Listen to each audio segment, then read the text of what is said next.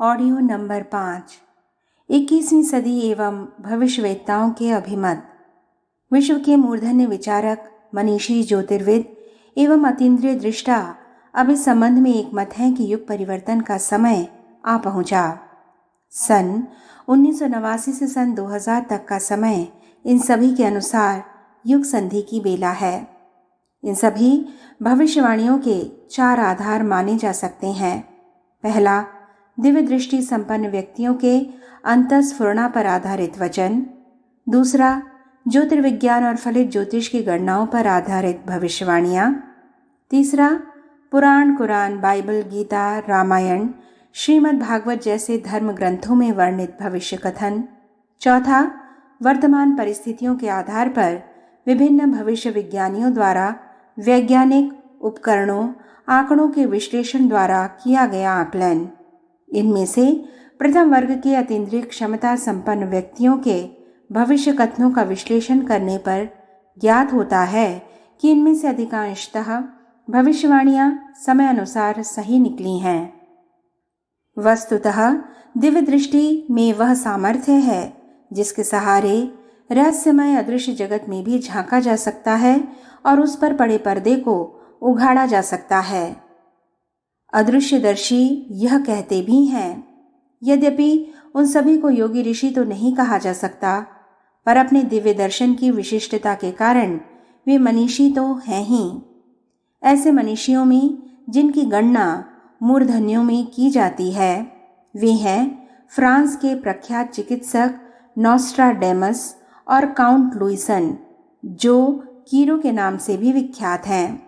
सुप्रसिद्ध जर्मन दार्शनिक शोपनहावर, इंग्लैंड की मदर वत्सपटन, अमेरिका की परामनोविज्ञानी श्रीमती जीन डिक्सन एवं श्री एडगर केसी, इजराइल के प्रोफेसर हरार आदि की गणना महान दिव्यदर्शियों में होती है।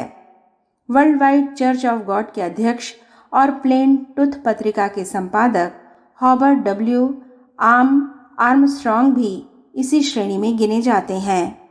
भारत के महान विभूतियों एवं दिव्यदर्शियों में महर्षि अरविंद और स्वामी विवेकानंद के नाम अग्रणी हैं।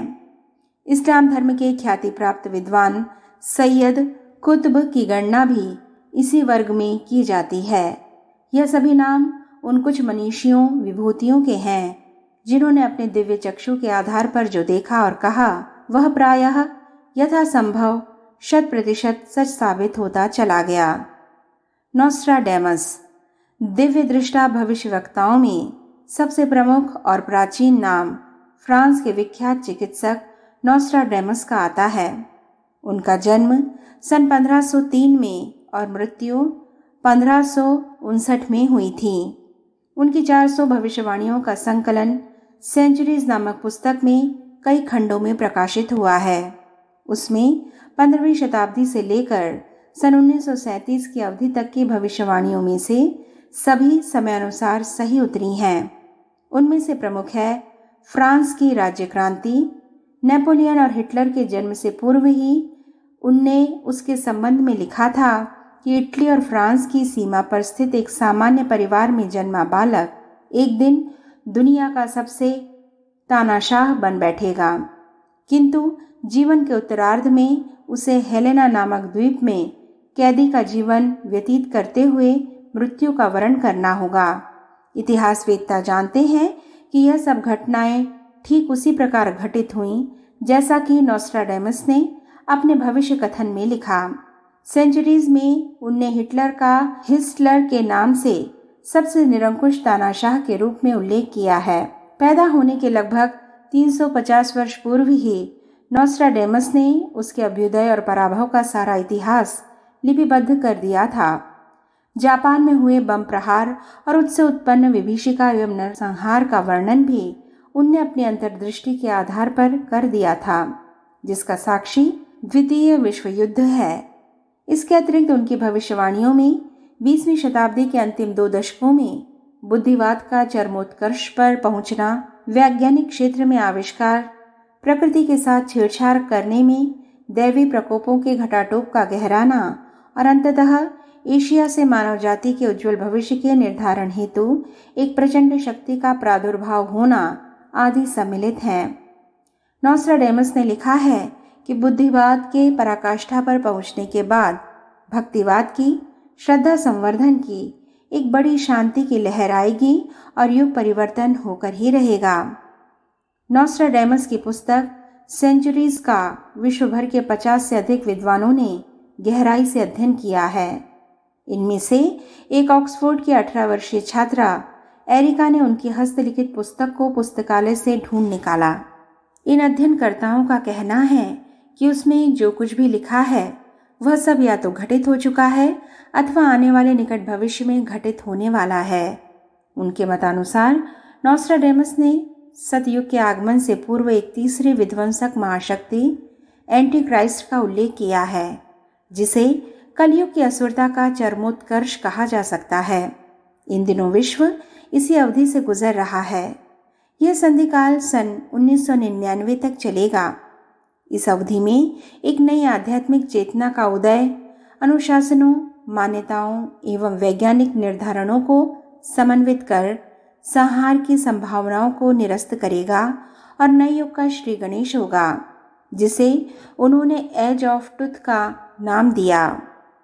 नॉस्ट्राडेमस ने संस्कृति दृष्टि से संपन्न भारतवर्ष के एक महाशक्ति के रूप में उभरने की बात अपनी भविष्यवाणियों में लिखी है और कहा है कि तीन ओर से सागर से घिरे धर्म प्रधान सबसे पुरातन संस्कृति वाले एक महाद्वीप से वह विचारधारा निःसृत होगी जो विश्व को विनाश के मार्ग से हटाकर विकास के पथ पर ले जाएगी। सभी मनीषी इन भविष्यवाणियों में भारतवर्ष के एक विश्व नेता के रूप में उभरने की झलक देखते हैं और कहते हैं कि भावी समय की विचार क्रांति ही नवयुग की आधारशिला रखेगी। महर्षि अरविंद, सभी प्रॉफिट्स, भविष्यवेत्ताओं, दिव्य दृष्टि संपन्न मनीषियों का मत है कि सन 2000 के आगमन से पूर्व जो प्रलयंकर हलचलें दिखाई पड़ेंगी, इनसे किसी को निराश नहीं होना चाहिए। महर्षि अरविंद का कहना है कि जब भी कभी उच्छृंखलता अपनी सीमा लांघ जाती है तो आत्मबल संपन्न व्यक्तियों में सुपर चेतना सत्ता अवतरित होती है। इस सामूहिक चेतना का नाम ही अवतार प्रक्रिया है। अब महाकाल की युग प्रत्यावर्तन प्रक्रिया व्यक्ति के रूप में नहीं, विचार शक्ति के रूप में अवतरित होगी एवं इसे ही निष्कलंक प्रज्ञावतार कहा जाएगा। व्यक्ति की विचारणा में परिवर्तन के प्रवाह के रूप में यह जन्म ले चुकी है एवं बुद्धावतार के उत्तरार्ध के रूप में विगत शताब्दी से गतिशील है। स्वामी विवेकानंद ने सन 1897 में एक भाषण अपने मद्रास प्रवास की अवधि में दिया था।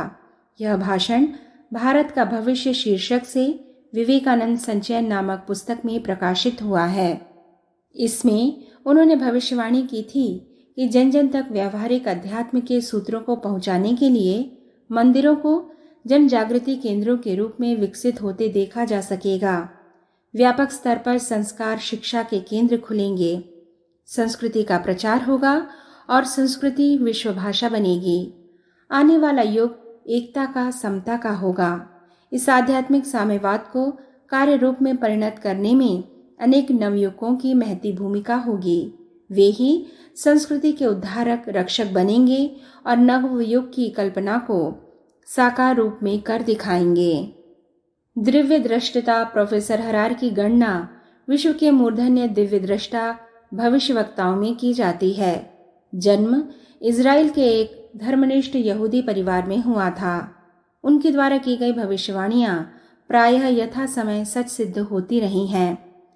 भावी परिवर्तनों के बारे में वह कहा करते थे कि मुझे स्पष्ट दिखाई दे रहा है कि भारतवर्ष एक विराट शक्ति के रूप में उभरेगा। वहां एक संस्थान धर्मतंत्र को माध्यम बनाकर विचार क्रांति का विश्वव्यापी वातावरण बनाएगा। सन 2000 तक समस्त छोटी बड़ी शक्तियां मिलकर एकाकार हो जाएंगी। तब न भाषा का बंधन रहेगा और न सांप्रदायिकता एवं क्षेत्रीय विभाजन की संकीर्णता का। सब मिलजुल कर रहेंगे और मिल बांट कर खाएंगे। Jane Dixon, my life and prophecies, a gift of prophecies एवं the call to the glory नामक पुस्तकों की लेखिका श्रीमती जीन डिक्सन 14 वर्ष की किशोर वय से ही अपने भविष्य कथन के लिए बहुचर्चित रही हैं। एक क्रिस्टल बॉल के माध्यम से उनके द्वारा की गई भविष्यवाणियां समय समय पर 100% सही उतरती रही हैं। वे अभी भी अमेरिका में कार्यरत हैं। उनने सन 1945 में अमेरिका के तत्कालीन राष्ट्रपति फ्रैंकलिन रूजवेल्ट की मृत्यु की घोषणा वर्षों पूर्व कर दी थी। इसी तरह 1953 में स्टालिन की मृत्यु एवं उनके उत्तराधिकारियों की भी वे घोषणा कर चुकी थीं, जो आगे चलकर सही निकली। संयुक्त राष्ट्र संघ के महासचिव डैग हेमशील्ड के सन 1961 में एक हवाई दुर्घटना में मारे जाने की घोषणा महीनों पूर्व कर चुकी थीं, वही हुआ भी। जिन डिक्सन तब विश्वविख्यात हो चुकी थीं जब सन 1960 में अमेरिका के राष्ट्रपति जॉन एफ कैनेडी के चुनाव जीतते ही उनने पूर्व कथन कर दिया था कि नवंबर 1963 के द्वितीय सप्ताह में टेक्सास प्रांत में उनकी हत्या कर दी जाएगी।